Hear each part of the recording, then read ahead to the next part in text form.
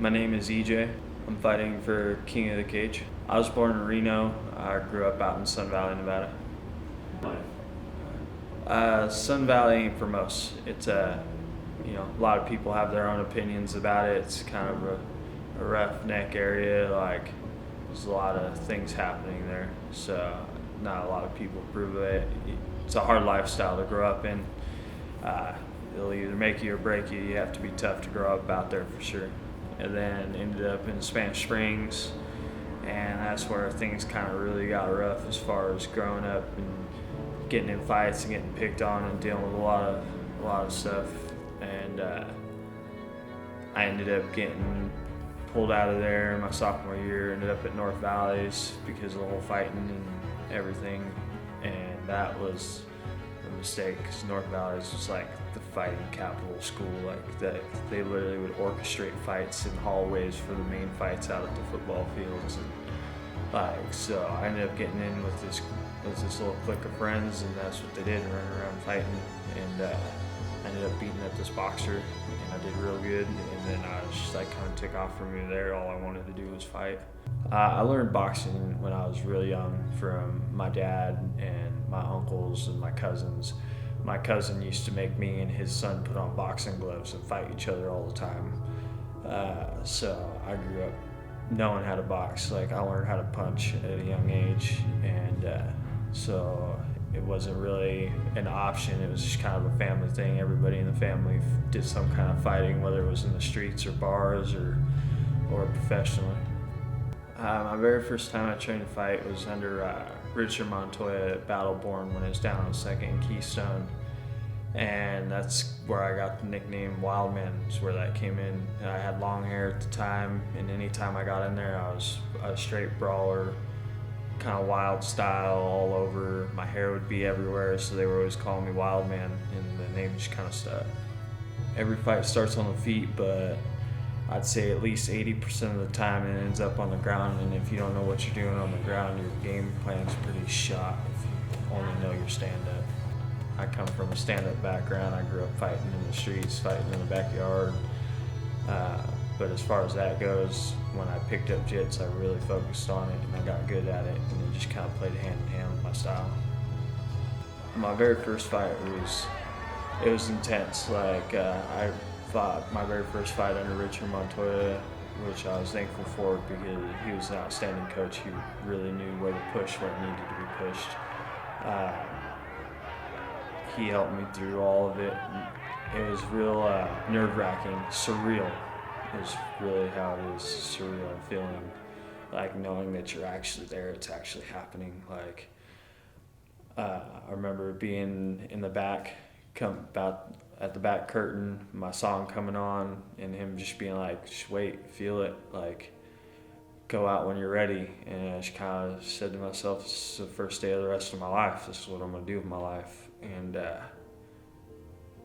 when I came out, everything floated away. The crowds, the cameras, the lights, like everything. When that cage door shut, it was tunnel vision on one thing, and that was to make him pay for even being in there with me. And I dominated all 3 rounds. It was my very first fight. The kid I was fighting was like 3-1, 3-2 or something. He had a few fights more than me. I completely just crushed him all 3 rounds. Just beat the shit out of him the whole time. It was a good fight, and just from there is all I could think about. My oldest daughter, Lily, she just turned 9. Yeah.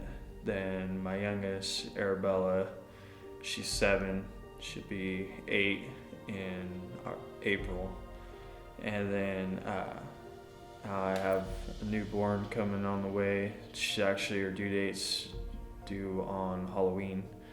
So, but it's looking to be a lot sooner than that. Probably like the next week, any day pretty much. So she's awesome. She supports me fully. Christina does. She's a great mom. She does a lot. I'm thankful to have her behind me, regardless of just everything that's happened in life and just current things that have gone on. Like she's just all around great person. It's gonna be my 11th cage fight, and out of all my fights, I've never been through so much in my life prior and going through so many trials and tribulations and just my daily life. And I got another baby on the way, on top of taking care of my kids and making sure the house is held down and trying to just be a better person in my day-to-day life. And my daughters and just how they look up to me and in the way they push me and strive to want to see this, it pushes me more than anything.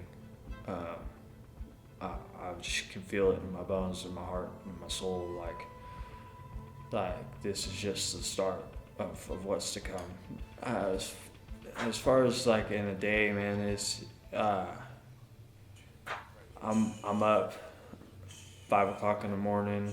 If I'm going to the gym that morning, I'm up at 4:30 and have to be there by 5. I'm there till 6:30. I have to be at my job site by 7, rolling out tools.